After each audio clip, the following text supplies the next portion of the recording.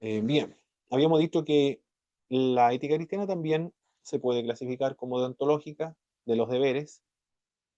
Y yo voy a desenfocar mi fondo para que no se vean tanto mis libros. Bien, los 10 mandamientos, la justicia social de los profetas. Cuando hablamos acerca de justicia social, mis hermanos, no nos referimos a comunismo, a socialismo, a marxismo, sino simplemente de la preocupación de Dios por los más vulnerables de la sociedad. Eso queremos decir. Jesús habló acerca del deber de amar al prójimo, y el apóstol Pablo también habla acerca del deber de andar en el Espíritu y no satisfacer los deseos de la carne. La, la base de la ética cristiana es lo que vamos a observar. Esto se está grabando, ¿verdad? Sí, excelente.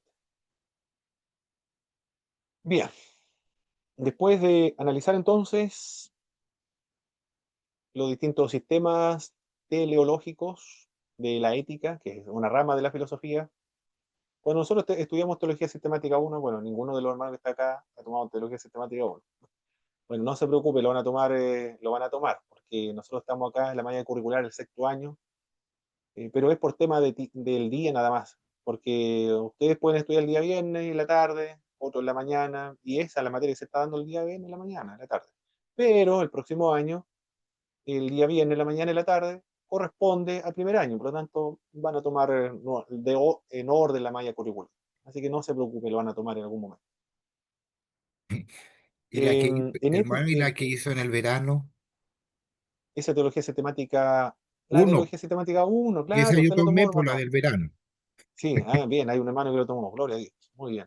Habíamos dicho la característica de la teología evangélica. Habíamos dicho que una de las características eh, es que se relaciona con la ciencia, se relaciona también con las investigaciones de los seres humanos, toma aquello que es compatible con las Sagradas Escrituras, dialoga con las ciencias humanas, no la rechaza, sino que dialoga con ellas, y también dialoga con la filosofía y se relaciona también la teología con la ética. Por eso estamos estudiando la ética, los distintos tipos de sistemas filosóficos y éticos, como el teleológico, que tiene que ver con el fin que busca, el propósito, la meta que busca, la felicidad, el placer para, o la felicidad para el mayor grupo de personas, el reino de Dios, la inmortalidad, la autorrealización, la deontológica, es decir, del deber, la de Kant basado en la razón. Y ahora vamos a ver la base de la base teológica de la ética cristiana. ¿Cuál es la base teológica de la ética cristiana? No es la razón, bajo ningún punto de vista, como Kant. No es la búsqueda de la felicidad, como señala Aristóteles, o del placer, como decía Epicuro, o el hedonismo, los hedonistas, o la autorrealización, sino que la base de la ética cristiana es la revelación. La revelación significa descorrer el velo, correr la cortina, dar a conocer lo que el hombre no puede conocer por sí mismo. Eso es revelación. Si Dios nos hubiera revelado, nosotros no podríamos conocerlo jamás, nunca. Pero como Dios se ha revelado, le podemos conocer. Imposible de conocer lo que Dios nos ha dado a conocer. Por eso es que ha revelado los misterios de Dios. Se divide la revelación en natural y especial. La revelación natural es lo que Dios ha dado a conocer por medio de la creación, por medio de la constitución de los seres humanos, por medio de la historia también. No es una revelación personal, sino más bien es una revelación muy general, por eso es que es la revelación general, la revelación natural, que se basa en la creación.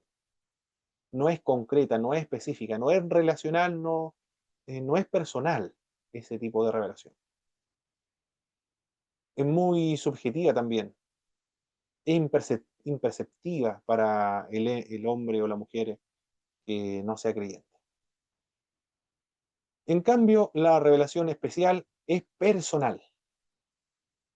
es también, por eso es especial, es personal, es activa, porque Dios interviene y participa activamente en la historia de su pueblo. Por eso que es especial, porque ahora Dios participa personalmente en darse a conocer a los seres humanos. Y dentro de esta revelación especial hay dos tipos de revelación, o se puede subdividir: revelación encarnacional, que es la revelación en la persona de Jesucristo, quien Dios hecho hombre se ha encarnado, por eso que es revelación encarnacional. Lo invisible de Dios, su eterno, lo invisible de Dios, Jesucristo lo ha dado a conocer. A Dios nadie le vio jamás. El unigénito Hijo de Dios que está en el seno del Padre, Él le ha dado a conocer. Esa revelación se llama revelación encarnacional. La otra revelación es personal también, es activa, es la revelación escritural, donde Dios se revela ahora al pueblo, interviene a favor del pueblo, interviene y da a conocer su voluntad por medio de los profetas, por medio de los apóstoles. Y esa intervención de Dios, ese mensaje de Dios, la historia en que Dios participó, quedó registrado en libros. Y esos libros constituyen, la colección de estos libros constituye la Biblia, que es el texto sagrado para los cristianos. Eso es revelación escritural. Por lo tanto, la ética cristiana, la toma de decisiones nuestra, la norma de conducta nuestra, se basa en lo que está escrito en los libros. Aquí no se preocupe de la opinión de los incrédulos. Es absurdo, puede decir alguien, que los valores de los cristianos, el comportamiento se basa en libros escritos por otros seres humanos y que son muy antiguos. Puede ser ridículo. No se preocupe de esos temas porque desconoce lo que es primero, lo que es revelación, desconoce lo que es iluminación, desconoce lo que es inspiración. Bueno, desconoce a Dios. Tema religioso, está hablando algo de temas que no conoce, de temas que no comprende.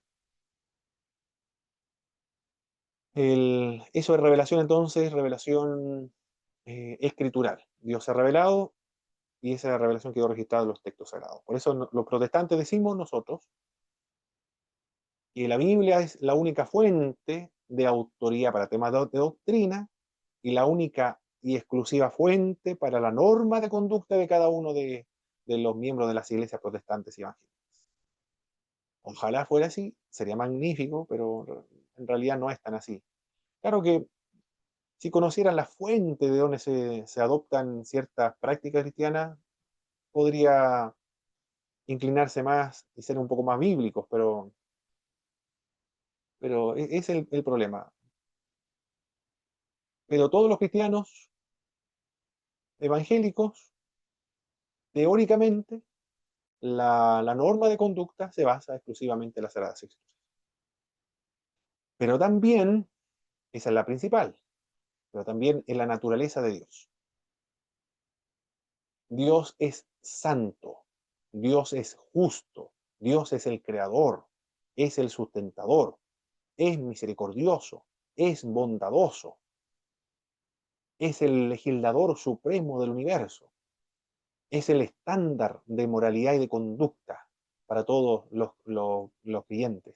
Nosotros somos imagen, Él nos creó a su imagen y semejanza, y nos creó para su gloria. Si tenemos una idea entonces bíblica acerca de Dios, en base a esa naturaleza de Dios, tomaremos decisiones. ¿Por qué no matamos? Porque eh, Dios es santo, la vida es sagrada, y además que el ser humano es imagen y semejanza de Dios, es un sacrilegio el asesinato. No mato por eso, no para, no según el imperativo hipotético de Immanuel Kant, de por qué voy a la cárcel, no, sino porque Dios es santo y la vida del ser humano es santa, es sagrada, es un sacrilegio atentar contra la vida de otra persona. La humanidad, la revelación da cuenta de Dios. La revelación indica cómo es la naturaleza humana. El ser humano es la expresión más alta de la naturaleza de Dios en la creación. Nosotros somos imagen y semejanza de Dios. Tenemos la razón, podemos pensar, tenemos inteligencia, podemos mm, reflexionar, filosofar también, hacernos preguntas filosóficas profundas. Utilizando ese don de la razón, entonces nosotros tomamos decisiones, evaluamos, sopesamos las situaciones en base a lo que nosotros deliberamos en nuestra conciencia, tomamos decisiones. Tenemos una conciencia, sabemos, esa se llama la naturaleza moral de los seres humanos, una ley interior entre nosotros. Sabemos que esta conducta está buena, esta conducta es errada. Nacemos con esa naturaleza moral, la ley interior. Somos imagen y semejanza de Dios, somos personas que eh, tenemos la razón, el don de la razón, somos seres morales también.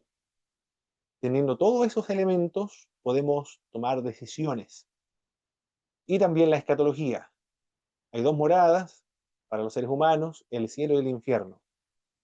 Yo actúo de una determinada manera porque me quiero ir al infierno, no me quiero ir al infierno, me quiero ir al paraíso de Dios. Pero eso sería una, un estilo de vida fundamentado en el temor. Bueno, no debe hacer así en el cristiano. Más bien, el cristiano piensa de esta forma, el cristiano bíblico piensa de esta forma en cuanto a tomar una decisión y seguir una norma de conducta en la tierra. Lo que ya se vive y se experimenta en el cielo es precisamente lo que debe manifestarse, evidenciarse o darse a conocer ahora en la tierra. Es diferente, ¿eh? Es diferente la norma de conducta para nosotros los cristianos. Ya no es por temor al infierno, sino que nosotros adoptamos un estilo de vida aquí en la tierra porque queremos reflejar lo que existe, lo que se vive, se experimenta ahí arriba en el cielo. ¿Qué es lo que se experimenta ahí arriba en el cielo? El reino de Dios y donde se hace la voluntad de Dios. Eso es lo que, por eso actuamos de una determinada manera. No para no irnos al infierno, porque es muy negativo, es muy superficial también esa norma de conducta, sino más bien que algo del cielo venga aquí a la tierra. Esa es la base de la teología cristiana, entonces, mis queridos hermanos. La revelación, la naturaleza de Dios, la humanidad, es decir, la naturaleza de los seres humanos, racional, moral, tiene una conciencia, imagen y semejanza de Dios, y también la escatología, algo de lo que se vive arriba en el cielo, se experimenta aquí en la tierra por medio de nosotros, que hemos sido redimidos. No es entonces la razón, no es individualista, sino hay otras razones totalmente diferentes por las cuales nosotros adoptamos un estilo de vida y tomamos decisiones. La fuente de autoridad entonces habla de la ética cristiana. Vamos a ver cuál es la fuente de autoridad. La Biblia, en primer lugar, es la autoridad para nosotros, la suprema autoridad. La razón también, la razón nos ayuda a interpretar las Sagradas Escrituras, a evaluarla, a examinar la palabra de Dios. La diferencia de opiniones con respecto a las Sagradas Escrituras en temas éticos, como por ejemplo si la planificación familiar es bíblica o no. En una oportunidad una hermana dijo que nosotros no podemos tomar el lugar que a Dios le corresponde en cuanto a determinar la cantidad de hijos que nosotros vamos a tener, porque eso Dios lo evalúa, nosotros no podemos jugar a ser dioses. Por lo tanto, la planificación familiar, según como lo establecía la hermana, es, es atentar contra la soberanía de Dios. Lo veía así. Bueno, el tema no es tanto lo que la Biblia se interpreta o no, sino que tiene que ver o lo que está o no la Biblia, sino cómo interpreta la Sagrada Escritura y los principios que se extraen de la Sagrada Escritura. Puede ser eso y tantos otros temas también de moral o de conducta. La razón entonces, la razón nos ayuda a interpretar la Sagrada Escritura. La iglesia. Aquí dialogamos con la iglesia, lo que la iglesia ha dicho, porque nosotros somos parte de la iglesia, somos las iglesias, pero la iglesia del siglo XXI, pero la iglesia antes del siglo XXI no ya existía. Nosotros somos parte de una sola iglesia, la iglesia mística, la iglesia del siglo primero, del siglo segundo, del siglo tercero, eso es parte de nosotros estamos integrados a esa iglesia. Y tenemos comunión con esa iglesia, aunque usted no lo crea, tenemos comunión con esa iglesia. A Justo González le preguntaron por qué, Justo González es un historiador de la iglesia cristiana, cubano, radicado en Estados Unidos, Miami, creo que es, pero un prolífico escritor evangélico, así tiene la oportunidad de comprar libros de Justo González, Historia del cristianismo, el pensamiento cristiano, el día domingo, la Navidad, Pentecostés, entre tantas, la Cuaresma, entre tantos otros libros, lo puede adquirir de Justo González. Le preguntaron por qué usted siempre está hablando acerca de la historia de la iglesia, de los cristianos del primitivo, de los padres de la iglesia. Si esa persona, usted lo único que hace es escribir de gente que ya está muerta. Y Justo González no dijo nada en ese momento porque primera vez que le habían hecho una pregunta. Y él después reflexionando dice que esos creyentes no están muertos, porque para Dios no hay muertos, para Dios todos viven. Dios no es Dios de muertos, sino Dios de vivos. Por eso dice la Biblia, Dios de Abraham, de Isaac y de Jacob. Dios no es Dios de muertos, sino que Dios de vivos. Por lo tanto, esa gente está viva para Dios. No están aquí en este mundo, pero sin embargo están vivos para Dios. Por lo tanto, no están estudiando gente muerta. La iglesia del mismo modo, la iglesia son personas. Ya no existen estas personas, ya murieron ya hace mucho tiempo. Pero ellos son la iglesia y están vivos porque tienen comunión con Dios. Por lo tanto, nosotros somos parte de ellos, dialogamos con ellos. ¿Qué decisiones tomaron los cristianos del siglo segundo con respecto a la participación política de los cristianos? Tertuliano de Cartago dijo, ¿fue Tertuliano de Cartago o fue otro? Sí, sí, Tertuliano de Cartago creo que fue. ¿Sí? Él dijo, no hay ninguna relación. El entrometerse en política es participar de las cosas del diablo. Imagínense lo que dijo este autor. En cambio, los protestantes del siglo XIX no fomentaron la participación política en transformar las sociedades por medio de la aplicación de las leyes. Dialogamos con ellos, les preguntamos qué decisión tomaron ellos en estos temas de política, por ejemplo, en el siglo segundo, siglo tercero, y la iglesia protestante del siglo XVI, qué decisión adoptó sobre algunos temas, por ejemplo, la participación política de los cristianos. La tradición también, qué dice la tradición respecto a diversos temas éticos contingentes, la conciencia de los seres humanos. Se requiere desarrollarla por la conciencia santificada, podríamos decir nosotros, por medio de las Sagradas Escrituras y santificada por el Espíritu Santo de Dios. Una conciencia santificada tiene que ser acá. No puede ser cualquier conciencia porque la conciencia del ser humano está cauterizada, tiene que ser la conciencia santificada por medio de las Sagradas Escrituras. Porque si yo voy a adoptar una decisión de la eutanasia, voy a desconectar a mi familiar que está sufriendo y está sobreviviendo simplemente por medios artificiales y estoy prolongando su agonía y su sufrimiento y su tortura. Si yo lo desconecto, ¿mi conciencia va a quedar tranquila? ¿O mi conciencia me condena el hecho de prolongar su sufrimiento y prolongar su tortura? Entonces yo tomo decisiones en base a mi conciencia. El protestantismo, Martín Lutero estableció también ese principio en temas de doctrina, no en temas éticos, pero no sirve para las aplicaciones éticas. Un vientre de alquiler. Si mi conciencia me dice, pero si esto no es pecado, esto no es adulterio, esto es un procedimiento médico, un procedimiento científico, con la finalidad de que en el matrimonio se pueda tener un hijo. Pero si su conciencia le dice, esto está errado, esto no es la voluntad de Dios, esto es ir en contra de la voluntad de Dios, mi conciencia me acusa, me condena, me está indicando mi conciencia que esto Dios lo está viendo con muy malos ojos. Tomo decisiones en base a lo que me dice mi conciencia. Mi conciencia santificada, mi conciencia madura, mi conciencia inmadura, se deja guiar por su conciencia. Hermano Víctor, adelante. ¿Cómo se ve este asunto o cómo se relaciona con el famoso concepto libertad cristiana o libertad de conciencia, que hay algunos temas que se toman con, no sé si tendrá tanta relación, por eso pregunto, con el tema de abstinencia total frente al beber o el tema de am, tatuajes, puede ser, no sé. ¿Cómo, Ah, cómo muy bien, piensa? muy bien, muy bien. Ah, muy bien, son temas éticos esto, son temas éticos, son normas de conducta, estilo de vida, actitudes que nosotros tenemos. Sí, la libertad de conciencia tiene que ver con eso. Si mi conciencia no me acusa, entonces yo adopto una determinada manera.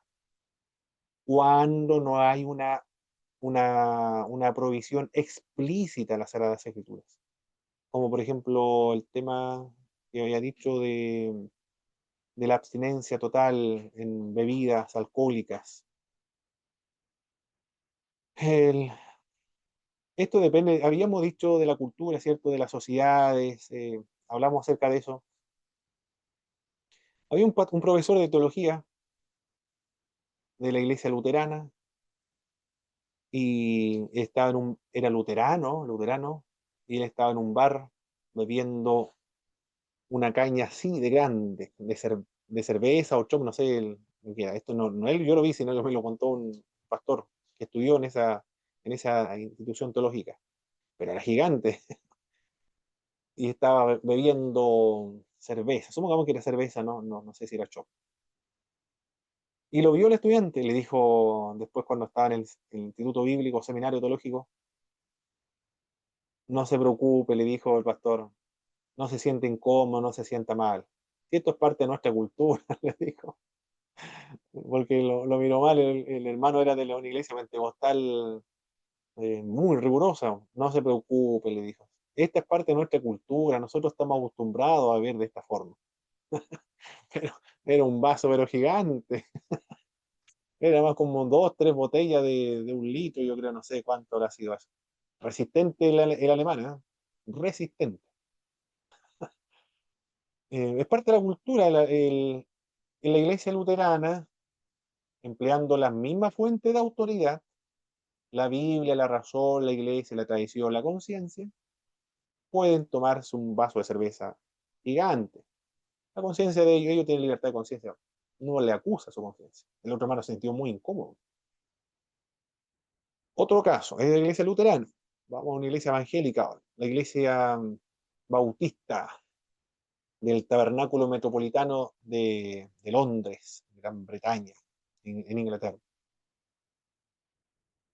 En el Midwestern Baptist Theological Seminary, allí está la biblioteca de Charles Spurgeon. 6.000 libros, 12.000 libros tenía él, pero hay como 6.000 libros nada más, porque lo otro, él lo regaló un poco antes de fallecer, su esposa también lo vendió después, o lo regaló. Pero quedaron muchos libros de él, y eso lo tiene custodiando ahora el Midwestern. Y tienen un cuadro gigante, porque la biblioteca se llama así, un cuadro gigante del techo hacia abajo, gigante. Y ahí está Charles Spurgeon, está en su silla, está con su esposa, creo que está de pie la esposa, y tiene el hombro firmado, o sea, la mano firmada acá, y Charles Spurgeon está con los dedos acá abajo así. No sé, ¿veis? Algo así lo tenía. No sé si alcanza a ver, ahí se ve. Así tenía los dedos. Originalmente tenía un cigarro, pero después el pintor le eliminó el cigarro, pero lo dibujó con el gesto del cigarro. Y en el Midwestern se encuentra la silla de Charles Spurgeon. El escritorio también, o el modular, no sé cómo, no el escritorio gigante, sino como, como el velador de Charles Spurgeon. Y ahí tiene la pipa, tiene los tabacos, tiene la caja de tabaco. El hombre era muy bueno para el cigarro. Después de predicar Charles Spurgeon, el príncipe de los predicadores, de un avivamiento durante toda esa época, él se relajaba fumando su pipa. No había ningún problema para esa cultura anglosajona, de los ingleses, en esa parte de su cultura también. Moody lo criticó, le dijo, pero eso es pecado, nuestro cuerpo es templo del Espíritu Santo de Dios. ¿Por qué me criticas a mí?", le dijo Spurgeon, y tú tampoco tienes moderación, le dijo a Moody, moderación en cuanto a comer. Así que no le podía criticar. Bueno, es parte de la cultura. Algunos fuman, otros toman, y no le podemos nosotros condenar, por si la conciencia, son cristianos y la conciencia no la acusa. ¿Quién soy yo? ¿Quién soy yo? No, yo no soy dueño de la conciencia de la persona. El Espíritu Santo es el dueño de la conciencia de los seres humanos. Es siervo de Dios, esas personas, no es siervo nuestro, ni tampoco de nuestra cultura, de nuestras tradiciones cristianas. Bien, la libertad de conciencia es un principio protestante y evangélico. Pentecostal también, porque nosotros provenimos de la iglesia evangélica y iglesia protestante. Cuando hablamos de iglesia, mis hermanos, me refiero a toda la iglesia católica apostólica romana, la iglesia ortodoxa. Cuando llega el momento de tomar una decisión, por ejemplo, del aborto, ¿qué dice la iglesia ortodoxa del aborto? La iglesia de Etiopía, la iglesia de Armenia, la iglesia ucraniana, la iglesia rusa, ¿qué dice la iglesia católica apostólica romana? ¿Qué dicen los teólogos de la iglesia católica romana acerca del aborto? ¿Qué dicen los luteranos, los anglicanos, los presbiterianos? Consulto con toda la iglesia. Ellos me ayudan a tomar una decisión. El papel de la razón humana la razón es un don de Dios. Debemos entonces utilizarlo hasta lo máximo que podamos para tomar decisiones éticas. Por eso que nos ayudan estos sistemas deontológicos, teleológicos, porque Aristóteles, Epicuro, ¿quién más había mencionado ahí? El utilitarismo, Immanuel Kant lo mencionó, ¿no? Bueno, todos estos eh, sistemas éticos provienen de la razón, de la especulación, de la inteligencia del ser humano, que en definitiva es un don de Dios, por lo tanto es un recurso de Dios que nosotros podemos utilizar, pero siempre hay que tener presente que la fuente principal para nosotros es la razón, es la Biblia, las Sagradas Escrituras. Se utilizan dos áreas la razón humana, es la capacidad que nos permite estudiar las Sagradas Escrituras. Y al momento de interpretar la Sagrada Escritura también hay varios procedimientos, porque algunos son literalistas, otros liberales, otros neortodoxos. Hay muchas también sistemas éticos protestantes, evangélicos. Y también la razón nos obliga a estudiar a fondo todos los descubrimientos del campo de la ciencia. Cuando se toma una decisión de esta naturaleza, por ejemplo, la eutanasia, inseminación artificial, la clonación de órganos, el vientre de alquiler, debemos estudiar a fondo, escuchar lo que los expertos hablan sobre este tema de la inseminación artificial, por ejemplo, la clonación de órganos. Ya no sé si la clonación de otro ser humano será posible o no. Bueno, creo que se le ha puesto un obstáculo para no seguir investigando y realizando experimentos con los seres humanos, porque el ser humano es especial, ¿no? Es decir, imagen y semejanza de Dios de la perspectiva cristiana. El Espíritu Santo también tiene un papel muy importante. Cuando la Biblia no habla de casos fáciles, se debe buscar los principios generales de las Sagradas Escrituras. La razón humana, ayudada por el Espíritu Santo, nos ayuda a tomar decisiones sabias también. La Biblia dice que no debemos matar, no debemos codiciar, no debemos practicar la inmoralidad, eh, debemos guardar el día, debemos adorar al Señor, no tener otro Dios. Eso no dice explícitamente, claramente no dice eso la palabra de Dios, amar al prójimo. Pero en esa época no estaban los avances científicos modernos como la eutanasia, por ejemplo, o perpetuar la vida o la supervivencia, no sé cómo describir, la existencia de un ser humano por medios artificiales. No estaba en esa época. Entonces, ¿qué decisión voy a tomar en ese caso? O la clonación de órganos, o la donación de órganos, tampoco estaba. Pero o también la transfusión de sangre. Hermano Víctor, adelante. Otra consulta, conceptos como el sentido común y discernimiento espiritual aplicado, digamos, a lo más práctico de la vida cristiana y la ética. ¿Dónde entraría en este caso, en este esquema. Sentido común y Sentido el común tema yo lo de... dejaría en la razón, mi hermano. El sentido común, ¿Sí? en la razón. Ahí lo dejaría clasificado. ¿Y lo otro, había dicho lo segundo? El discernimiento espiritual que a uno le dice, bueno, hay que tener discernimiento para tomar esta decisión. Y uno ya Ah, evaluó muy y bien, expresó todas las cosas. correcto. ¿A dónde cree usted que lo podría incluir? En el... Yo creo que en el último punto, no sé, en la Sí, razón yo humana también ayudada por el Espíritu Santo. sí, yo Puede lo ser. dejaría ahí. El papel del Espíritu Santo. Ahí lo Sí. dejaría. El papel del Espíritu de Dios. Discernimiento, sí, sí, ahí estaría. El papel del Espíritu de Dios consiste en aplicar los principios generales. Cuando la Biblia no habla de manera explícita, clara, nosotros extraemos los principios generales. La transfusión de sangre, por ejemplo, la donación de órganos. No hay mayor amor que aquel que da, no hay mayor amor que aquel que da su vida por sus amigos. Y la vida en la sangre está. Ya son principios generales, no tiene nada que ver con la transfusión de sangre, ni tampoco con la donación de órganos. Pero el principio está. ¿Cuál es el principio? De dar vida y de demostrar el amor de manera concreta, dando sangre, donando órganos. Esos son los principios. Estudiando toda la Sagradas Escrituras, ayudado por supuesto, de lo que la Iglesia ha interpretado a través de toda la historia. Todos esos recursos nos ayudan al momento de tomar una decisión. Son la fuente de autoridad entonces de la ética cristiana, mis hermanos. Y dentro de la ética cristiana también hay varias escuelas y los sistemas de pensamiento cristiano. Uno de ellos es el absolutismo o es el legalismo. Tomar decisiones o declaraciones bíblicas, sean preceptos, provisiones o principios, establecer leyes rígidas para regir el comportamiento de los seres humanos. Un ejemplo del absolutismo, el legalismo, son los fariseos. Ellos interpretaban leyes relacionadas con el sábado de tal manera que resultaba una carga en vez de ser el día de descanso para las personas. En la época del apóstol Pablo, los judaizantes decían que había que circuncidarse y guardar las fiestas judías para ser verdaderos cristianos.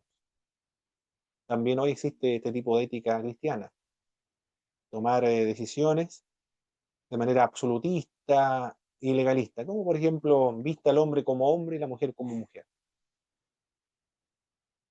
Basado en Deuteronomio, creo que no recuerdo si es 22, verso 6 por ahí.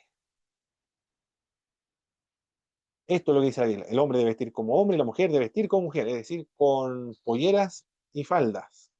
Y el hombre con sus pantalones. Y los más antiguos decían con, con el pantalón bien amarrado y las mujeres con polleras bien firmes, algo así, creo que decían.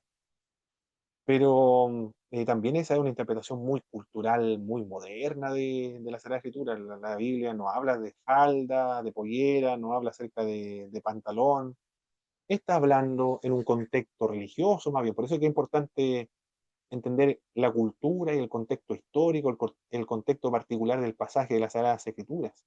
Porque ese contexto habla acerca de sacerdotes paganos de los templos de Baal en la tierra de Canaán, que se vestían como mujeres, eran prostitutos sagrados.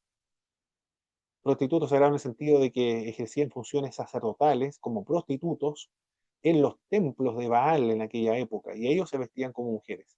Por lo tanto, cuando le dice que no se viste, el hombre se vista como hombre y la mujer como mujer, quería decir que no se asimilaran a las costumbres paganas, que demostraran ser un pueblo totalmente diferentes.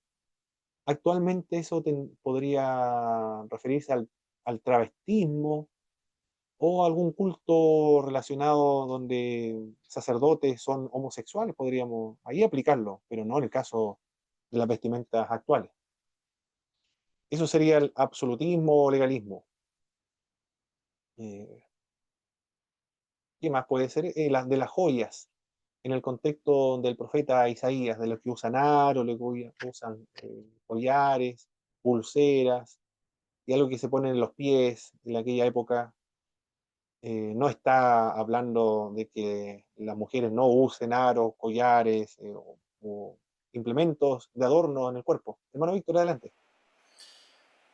Para poder puntualizar el hábito, yo participo en una iglesia donde también tenemos código de vestimenta, en este caso para quienes sirven y también se enseña por buena presentación, pero bajo este concepto entonces el tema de queda ratificado, creo yo, el que el exigir una buena presentación personal es por un código adquirido y asumido entre los mismos feligreses, por una conducta, digamos, de mutuo acuerdo.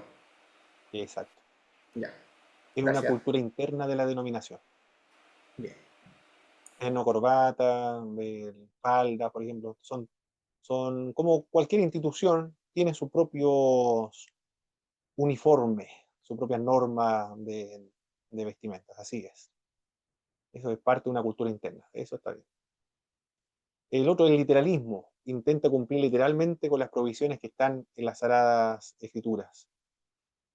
Consiste en intentar cumplir literalmente con las provisiones bíblicas que se encuentran en la palabra de Dios e impone normas de comportamiento sobre las personas.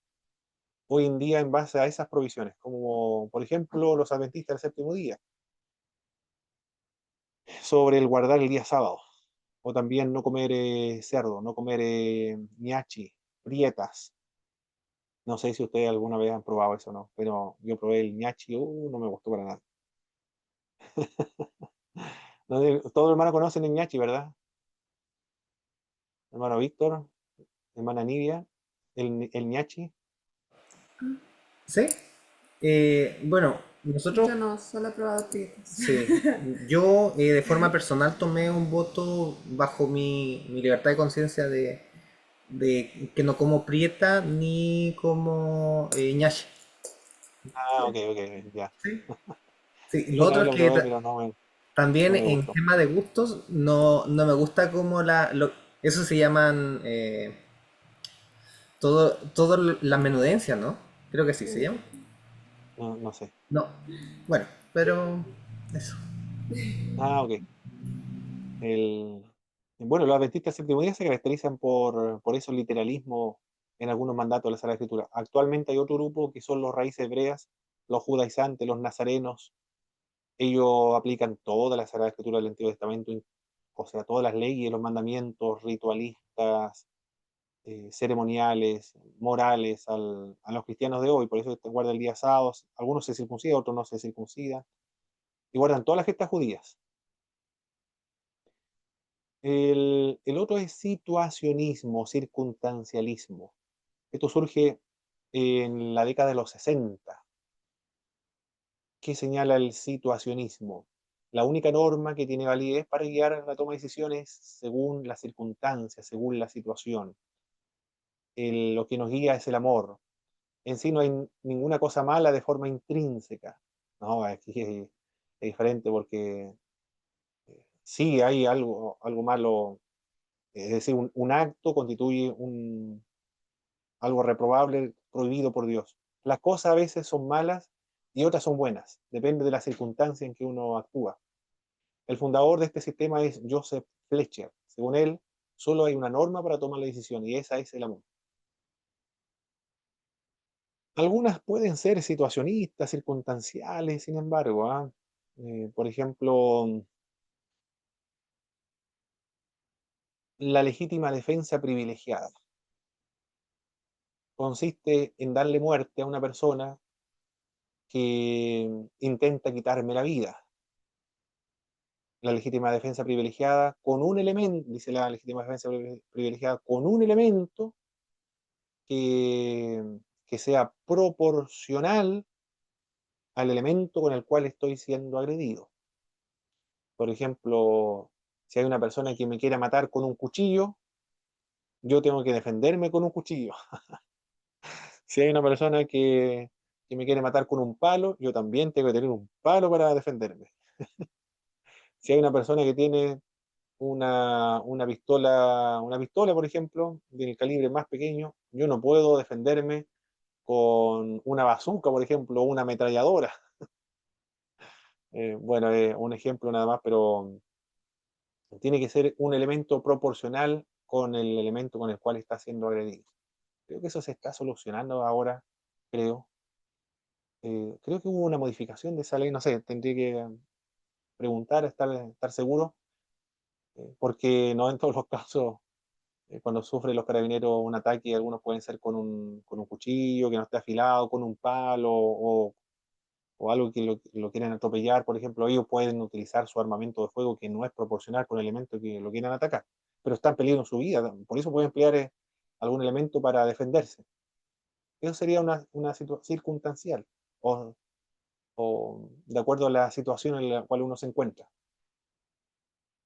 Ahí no está condenado ni penalizado por la ley, de hecho la ley ampara, da la posibilidad de legítima defensa privilegiada. Si hay una persona que entra por escalamiento en la noche, no por la puerta, hay fuerza, hay escalamiento, hay fuerza en los objetos, y la persona que está dentro se asusta tanto que saca su pistola y dispara todo lo que se mueva en su sitio y lo mató. No hubo allí, en ese caso, un peligro de muerte. No fue atacado tampoco para atentar contra su vida, pero también se caracteriza por legítima defensa privilegiada porque actuó bajo un miedo insuperable, porque hubo un escalamiento, él no entró por la puerta, estaba de noche también, no sabía lo que iba a pasar, por lo tanto también se considera como la legítima defensa privilegiada en casos como eso.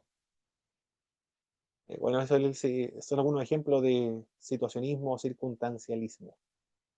Adelante, hermano Víctor. Sí, el tema de ir a la guerra.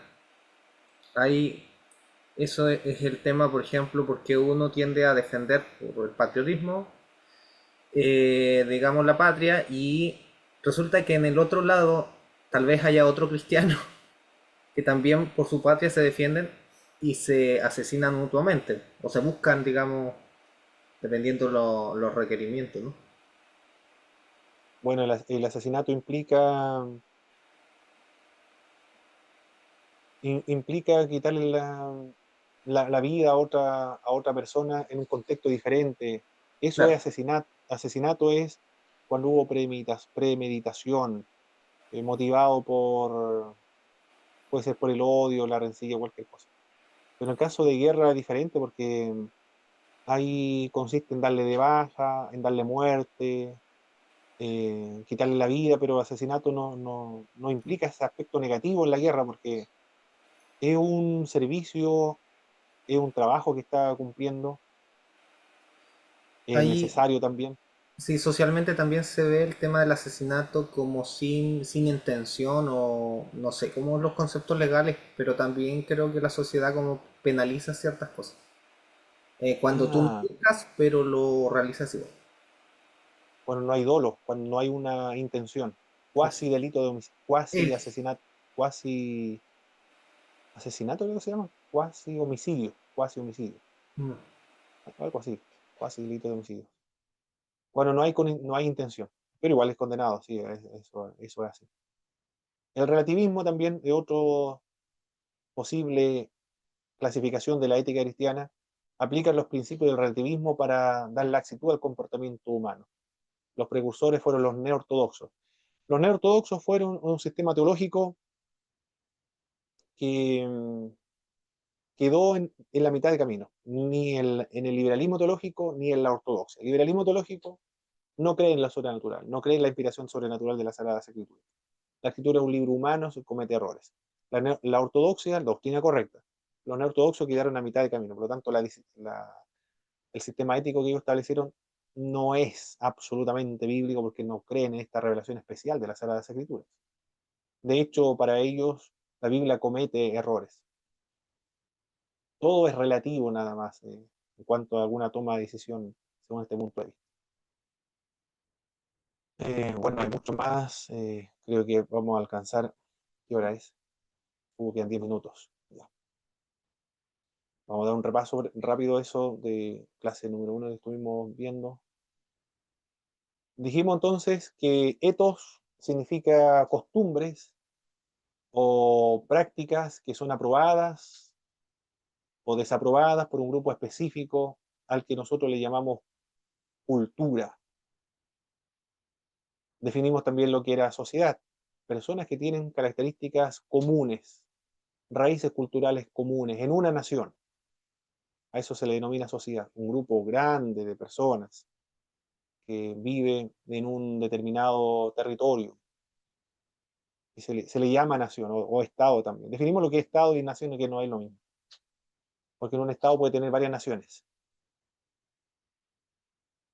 ¿Qué elementos están incluidos dentro de una cultura? Dentro de una cultura se incluyen las prácticas, los códigos, las normas, están también las reglas, la norma de ser de las personas, la vestimenta, la religión, los rituales, las normas de comportamiento, sistema de creencias. Definimos también que cultura es todos estos elementos que son heredados, son aprendidos, son transmitidos de padre a hijos, o de la sociedad a un niño, que no se hereda de manera biológica. Todo eso es cultura. Hay varios sistemas teleológicos, sistemas filosóficos, éticos, denominados teleológicos. Teleo significa fin, la meta, el propósito. Entre estos sistemas éticos hay uno que busca la felicidad. Aristóteles, la virtud es buscar la felicidad. El término medio, lo que buscaba Aristóteles. O la moderación, evitar los extremos, como la valentía, por ejemplo, está en el término medio de la valentía. No es ni cobarde ni tampoco es temerario, sino que está justo en el punto exacto, en el punto medio. Y cualquier decisión que uno tome que lleve a la felicidad eh, es una acción buena, una acción virtuosa, dijo Aristóteles. También hay otros que buscan el placer sin el dolor, el epicureísmo o epicuro, pero no cualquier placer busca, sino el placer puro, el más elevado, el más intelectual.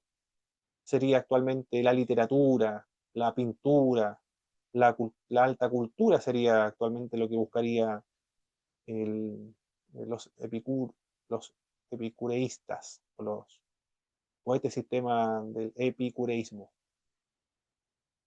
También están los hedonistas, que buscan el placer por el placer, y los que buscan la mayor felicidad o el bienestar de la mayor cantidad de personas posible. Eso serían los utilitaristas. Immanuel Kant estableció el imperativo categórico y el imperativo hipotético. La base de este sistema deontológico del deber, el deber por el deber, es la razón. Esa sería la base de la toma de decisiones. El imperativo hipotético, yo no robo, por ejemplo, porque tengo peligro de terminar en la cárcel. El categórico, yo no robo porque el robo es malo, es un deber, yo no debo robar. Dijimos también que la base de la ética cristiana es la revelación. Cuando hablamos de revelación nos referimos a la revelación escrita. En esa revelación escrita está la revelación encarnacional, lo que Cristo dijo, pero eso quedó registrado en las Sagradas Escrituras. La naturaleza de Dios, santo, justo, amoroso, misericordioso, bondadoso, amor, lleno de amor, o es amor, su esencia es amor, dicen otros. La humanidad también. En la humanidad está la conciencia, la razón, la inteligencia, la ley moral que cada uno de nosotros tenemos. Y la escatología, es decir, aquí en la tierra debemos expresar lo que se vive y se experimenta ahí arriba en el cielo. La fuente de la ética cristiana es la Biblia, la razón también. La iglesia, debemos consultar lo que la iglesia ha dicho acerca de varios temas que sean contingentes, que revista de carácter ético. La tradición es muy importante y la conciencia nuestra, santificada por el Espíritu. Escuelas teológicas relacionadas con la ética son muchas. Algunas son las absolutistas, la legalista, también está la otra escuela que es más literal, el situacionista o circunstancialista, los neortodoxos, entre tantas otras. Eso fue lo que estuvimos observando entonces. Hermano Víctor, adelante. Pregunta. Sí. Nuestra o la mirada bíblica quizá más que uno siempre busca, está impregnada quizá de estas escuelas o estas son escuelas que te llevan a caminos incorrectos. Y nosotros podemos utilizar alguna de estas escuelas para la toma de decisiones. Esa es la pregunta, ¿verdad? Claro, una cosa así. O en la práctica, ¿qué es lo que se ve? Porque de repente hay ciertos matices en la forma en cómo llevamos el Evangelio igual a partir justamente de esta,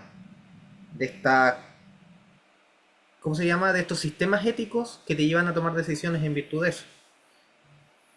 Sí, por ejemplo, un caso del matrimonio. Para la Biblia dice claramente que lo que Dios unió no lo separe el hombre. Eso dice la Biblia. Lo que Dios unió, Ujú, Dios no lo separe el hombre. Y también porque es sagrado, la primera institución creada por Dios, forman una sola carne. La característica es monógamo, exclusivista, también es estrecho e indisoluble. Y también la máxima representación, o la máxima representación, dice Parker, un teólogo importante evangélico, de la Trinidad, de la imagen y semejanza de Dios en el aspecto trinitario, de ser de esta unidad en la pluralidad. Así como Dios es uno en la pluralidad, así también el matrimonio es uno en la pluralidad. ujú. Dos personas y una sola carne. El ideal bíblico es que es permanente e indisoluble.